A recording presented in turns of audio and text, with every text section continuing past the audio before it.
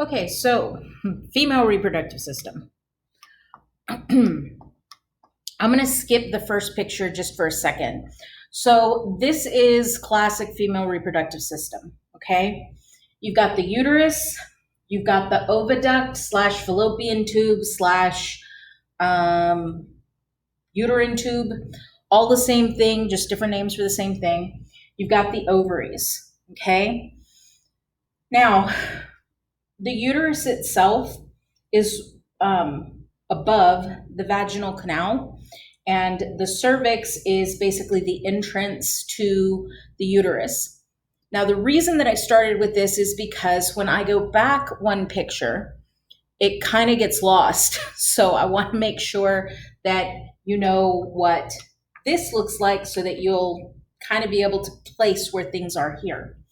So this is a mid-sagittal cut of the female reproductive system and everything else that is in there. So here's that uterus that we just saw. There's the vaginal canal. There's the cervix, okay? Here's the oviduct slash uterine tube slash fallopian tube and the ovary. The ovary is about the size of an almond. One of the things that kind of bugs me with most of the pictures of the female reproductive system is they make it look like here's your ovary, here's your fallopian tube, and it really doesn't look like that. It looks more like this. There is no real contact normally there. The cilia that line the oviduct, fallopian tube, uterine tube actually create a current so that when you ovulate and that oocyte comes out, it kind of gets sucked into the fallopian tube. So, ovary, uterine tube, uterus, cervix, vaginal canal or vagina, the opening to the vagina. Externally, you have the labia. Labia literally means lips. You've got the labia minora. This is the one that kind of has the texture of the inside of your cheek. You have the labia majora, which is the one that's covered in the same skin that you have all over your body. Coming toward the front here, you have the clitoris. The clitoris is actually erectile tissue that is made basically of the same tissue as the glans penis on the male. And then coming toward the front here, you've got that kind of lump of tissue that is the mons pubis, where you've got your pubic hair and all of that. And then you've got the pubic symphysis bone right behind that. Now, coming internally, your uterus sits here. Here's the bladder and the urethra for the female. So you can definitely see that the uterus sits right on top of that bladder. Pregnant women have to go to the bathroom fairly often, and the primary reason is because as the baby fills this space, it makes less room for this bladder to expand and accommodate the fluid that is filling it. So having a baby not only there, but that moves around basically puts quite a bit of pressure on that bladder. Okay, so the rectum, so you've got the last part of the sigmoid colon, and then the rectum and the anus, okay, as well. So that is my phone, not the remote, sorry. Looking at it in a lot more detail here. As I said, you've got the ovary, you've got the uterine tube. Now, the uterine tube has fimbriae, fingers, okay? And you can see them very clearly here that are kind of over that ovary. That rhymed and I didn't mean for it to. But the fimbriae are the fingers. This kind of wide portion right next to it is called the infundibulum. And just like pretty much every tissue that we have, you've got an inner layer that's the mucosa, you've got a muscular layer and a serosal layer. Now, this oviduct, uterine tube, fallopian tube is suspended by the suspensory ligament, okay? As you come from the infundibulum down, you reach the ampulla, okay, to the uterine tube, and it actually comes through and narrows right before it gets into the uterine cavity. Now, something that's interesting, when an egg gets fertilized, when an oocyte gets fertilized, it actually usually happens up here at around the infundibulum. And as that cell starts to multiply, it actually doesn't change in size. It's like a pie that gets cut into pieces. The number of cells is increasing, but the size of it isn't. And it does that so that it can still grow in number, but not grow in size so that it can fit and eventually get into this uterine cavity. Now, the uterus itself actually does have three pieces or parts to it. You've got this kind of globed top to it called the fundus. The body is in the middle, and then the cervix is at the end. You've got that cervical canal that's the entranceway for the sperm to swim through, the opening to the cervix, and again, the vagina. Let's see. So you've got here the ovarian ligament. You can see that it's actually attaching to the ovary. The round ligament. In your uterus, the lining of your uterus, you have the endometrium, that inner lining. That inner lining is the part that monthly grows and becomes a nice little hidey hole for the fertilized egg and then sloughs off if you don't get pregnant. Internal to that, you have the myometrium. Myo means muscle. This is the muscle that helps during labor to help you to expel the baby or to give birth to the baby. On the outside, this outer layer here, this is the perimetrium, okay? And you've got the broad ligament that also helps to hold your uterus in place. It's kind of cut here, but see this big sheet right here? This is that same broad ligament. Like I said, this is cut. Excuse me. So yeah, that's the parts and pieces kind of up close and personal. Yeah. Okay. I think I covered it all. All right. Now let's look at the ovary, a cross section of the ovary. So your ovary is responsible for producing the egg, okay, the oocyte. So you've got kind of the same medulla and cortex area. And just like on the outside, you had the tunica albuginea for the testes, you also have tunica albuginea here, but it is below the visceral peritoneum. Remember, peritoneum is that outer covering, right? So you have the mesoovarium, you've got blood vessels coming in, and you've got these primordial follicles. Primordial meaning that they haven't developed yet, okay? As we hit puberty, they do start to develop into primary oocytes. And you can see that that to this is very different. You also have the cells around it. So you've got the oocyte in the middle, and then you've got these primary follicle cells, okay? As it matures, you'll notice that the oocyte's in the middle, and there's this kind of zone around it called the zona pellucida. And those cells that are the primary follicle cells have actually multiplied, making multiple layers. Eventually, they're going to become the granulosa cells, which are going to be important in hormones being produced to keep you pregnant when you're pregnant, okay? So if this continues to develop, eventually you get something that looks more mature like this. You've got the oocyte, you've got these vesicles forming.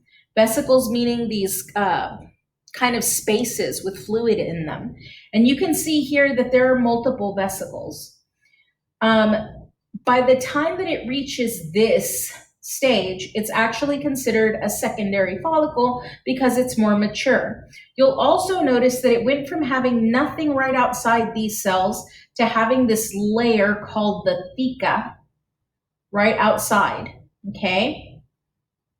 Now, if it doesn't do this, if the oocyte just kind of goes away and deteriorates, you get something like this that's just a degenerating follicle. It's not being used. It just kind of falls apart eventually and dissolves.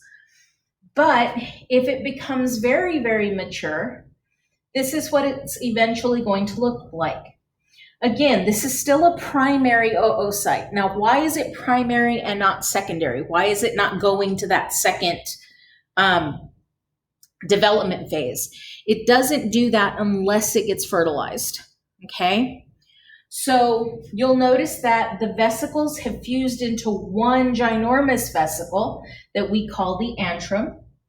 These cells have multiplied quite a bit from over here to over here to over here, and these are the granulosa cells. Primary oocyte, that zona pellucida, that little area around it that cleared of cells, is still intact. And you've got the theca interna, which is the pink cells, and the theca externa, which is the white kind of furry looking connective tissue around that. If this gets ovulated, okay, I'm going to show you that with the next picture. If it gets ovulated, this is that antrum and everything else. That little oocyte, the primary oocyte, gets extruded with a bundle of those granulosa cells, but the rest of this stays inside the ovary, and it turns into this little dude right here. Those granulosa cells start to divide and divide and divide and divide and divide. And as they start to divide, they make this structure called the corpus luteum.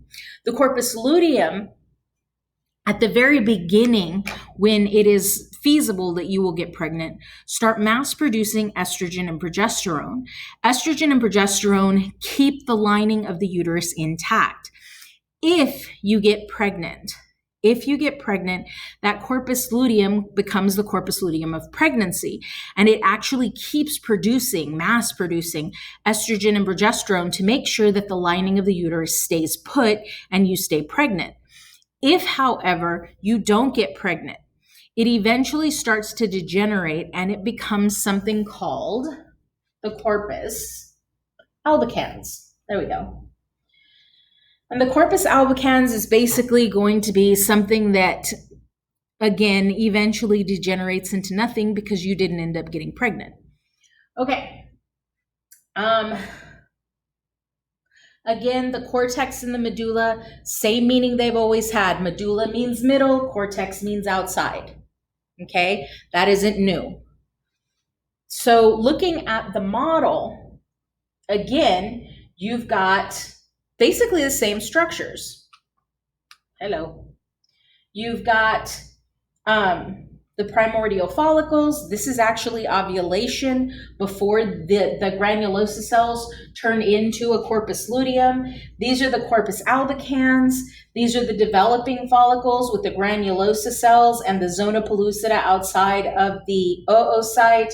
You've got you've got the medulla, you've got the cortex, you've got,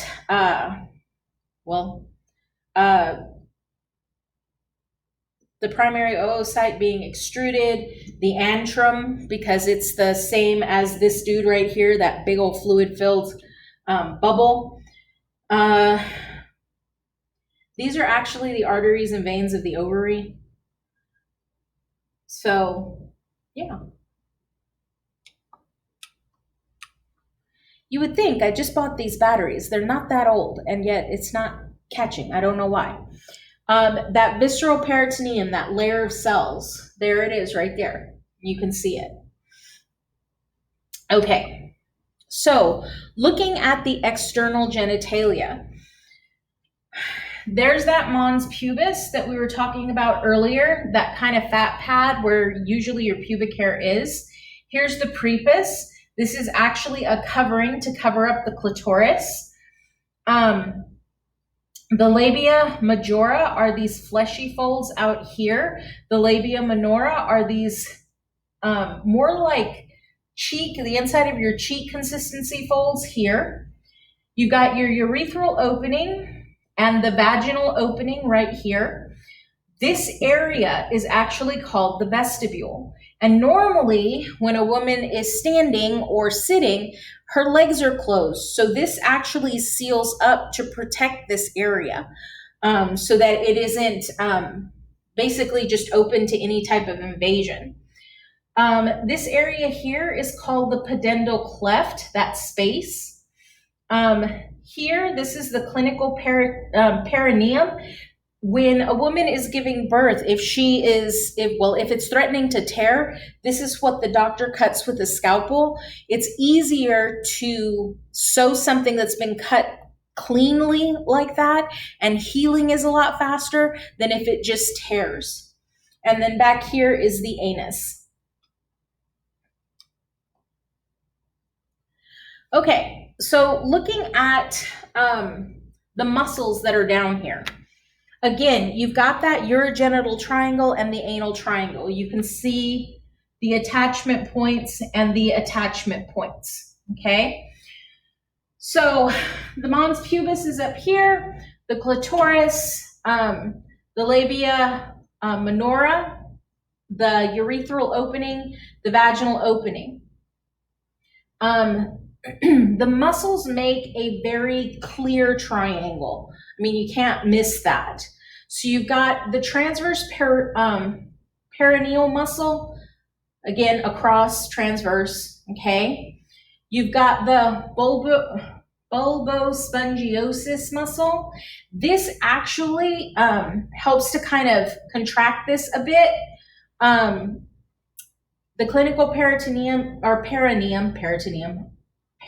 is still there. The levator ani muscle here will actually elevate the anus, which is here. And this muscle that you're seeing here right around the anus looks like a circle. This is actually the external anal sphincter. This is what helps you to close when you don't want to go to the bathroom. You've got the gluteus maximus muscle, and then there's that coccyx bone. Remember I said it attaches at the coccyx to the underside of the pelvic bone? Okay. Now, another part that I think people forget is part of this system is the breast. The breast is part of the reproductive system. As much as boys want to say breasts are important before you get pregnant, they're really not. The whole reason for their existence is to feed young. So technically, they don't become actually functional, until you have a child. So we know that the breast has a lot of adipose tissue in it. It also has the suspensory ligaments to kind of keep it up, raised up. But when you look at the functional portion of the breast, you've got these alveoli, okay? The alveoli are the ones that when you are not lactating, they're kind of deflated like a balloon, but when you start lactating, these are the cells that actually make the milk, okay? So you've got the myoepithelial cells around it. You've got the cells making up the alveolar wall, the epithelium making up the alveolar wall. And like I said, adipose is all over the place. Now, these alveoli make lobules, and together they make a lobe, almost like a bundle of grapes.